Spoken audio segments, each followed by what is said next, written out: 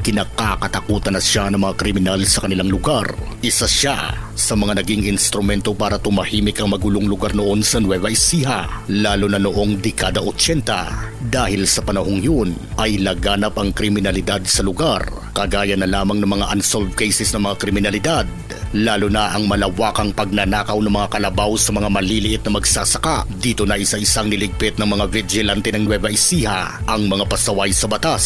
Sino mag-aakalang ang isang nobelista, direktor, producer, comics writer at police patrolman ay may tinatago pa lang isang madilim na lihim bilang isang kilabot na berador ng Nueva Ecija. Siya si Henry S. Cruz o mas kilala sa alias Pogi. Ipinanganak noong April 30. Walang malinaw na detalye ng taon ng kanyang kapanganakan. Galing umano sa pamilyang may kaya sa buhay ang angka ni Henry na tubong Pampanga, kung saan naging vice mayor ang kanyang ama sa isa sa mga bayan nito. Pero lumipat sila sa San Mariano, Santa Rosa, Nueva Ecija kasama ang tatlong niyang mga kapatid na sina Gani, Chito at Hinaro.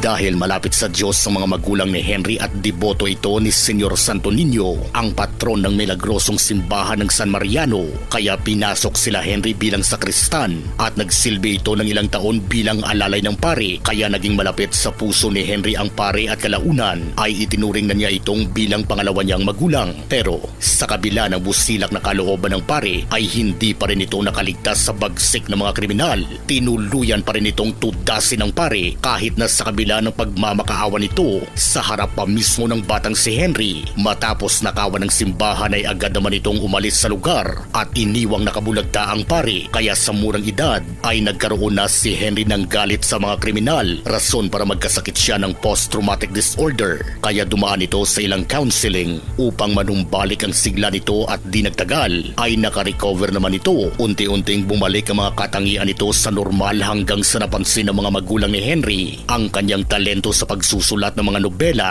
Dahil sa panahong yun ay wala pang internet at bihira lang ang mayroong telebisyon, kaya kadalasang libangan ng mga tao noon ay ang mga comic books at mga nobela na nailathala sa mga pahayagan na mabibili mo lang noon sa halagang 10 sentimo. Dahil sa angking talento ni Henry sa pagsusulat ay unti-unti siyang nagkapangalan bilang magaling na nobelista. Di nagtagal ay naitampok na sa mga pelikula, radyo at pahayagan ng ilan sa kanyang mga obra kagaya ng Vigilante, Bigo Pa Rin Ako, Si Hepe, Silang Mga Hudas at Sintibay ng Puno at marami pang iba. Pero ang tumatak sa lahat ng kanyang obra bilang nobelista ay ang berador na ginawan pa nito ng pelikula. Dahil sa kasikatan nito ay unti-unting nakilala si Henry sa industriya bilang magaling na manunulat at kahilera na niya ang ilan sa mga sikat at respetadong comic writers na sina Carlo J. Caparas, Mars Ravelos, Abby Ocampo, Mark Santana at Carl Comendador. Sa katunayan, ang lumabas na litrato na kumalat sa social media ni alias Pogi kasama ang mga bigating comic writers ay patunay at matibay na ebidensya sa kanyang pagiging magaling na nobelista.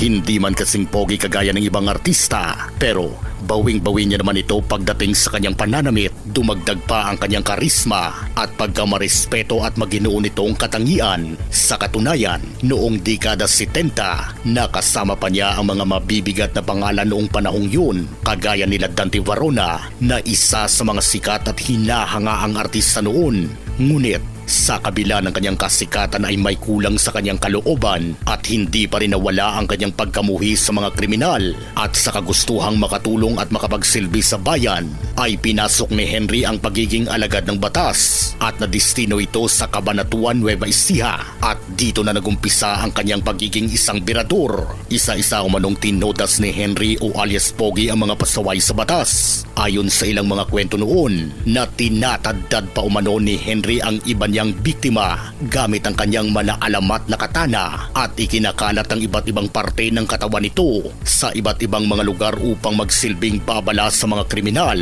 na maghahasik ng lagim sa kanilang lugar. Dahil doon ay dito na umpisang kinatakutan ng alias na Pogi sa lugar ng Nueva Ecija. Ilan sa mga kriminal ang sunod-sunod na bumulagta matapos nilang makabangga si Henry o alias Pogi. Sa bawat kawatan na mahuhuli ni Henry ay kanya itong isinasabit ng patiwarik sa puno ng mangga kung saan umano nito ninakaw ang kalabaw ng kawawang magsasaka. Dahil sa sunod-sunod na pagbira ni Henry sa kanila ay tila bumahag ang buntot ng ibang mga kriminal at isa-isa umano itong nagsialisan.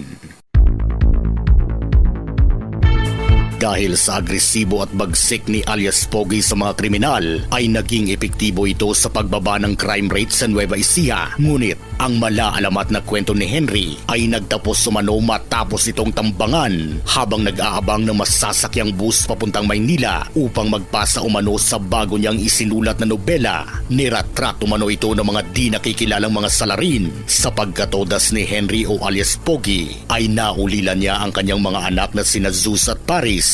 Matapos nito ay ginawa ng pelikula ang kanyang buhay na ginampanan ni Bong Revilla. Sa tulong ng kanyang kapatid na si Genaro ay isinalaysay nito ang buhay ng kanyang kapatid na si Henry. Isa ring magaling na nobelista si Genaro kaya ipinagpatuloy niya ang ilang mga nobela ni Henry na hindi na niya nagawang tapusin matapos itong ratratin. Isa na rito, ang anak ng teteng na kalaunan ay sumikat at nagawan pa ito ng pelikula na tinangkilik naman ang masa kaya pumalo ang pelikulang ito sa takilya. Ang malaalamat na kwento ni Henry ay isang patunay na lahat tayo sa mundong ibabaw, gaano man kadulas ay lilipas din at darating ang araw na tayo ay maging alaala na lang sa mga susunod na henerasyon. Ikaw, gusto mo rin bang maging si alias Pogi?